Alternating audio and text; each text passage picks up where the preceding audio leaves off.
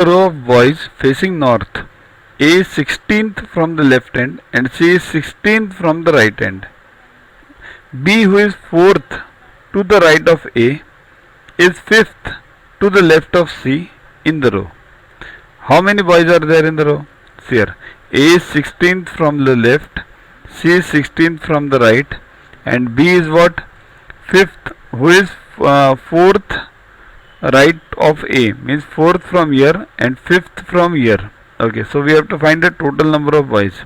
So just write this 16 and this becomes 4 more 20, then here 5 more 25, and here final 15 over here or 16 over here. So 16 means this is 16th, means 15 over here. Here there are 15 to the right of 25. Remember this. C is 16th. It doesn't mean there are 16 guys over here. There are 15 guys and this guy is 16th. So 15 over here, right? So the total becomes 40. This is very important to note. That's why I have highlighted it over here. Download YourGuru app from Play Store to get these videos, tests, question banks with explanations directly on your mobile. Get 500 plus questions with explanations and case studies on your PC. It's a separate paid version.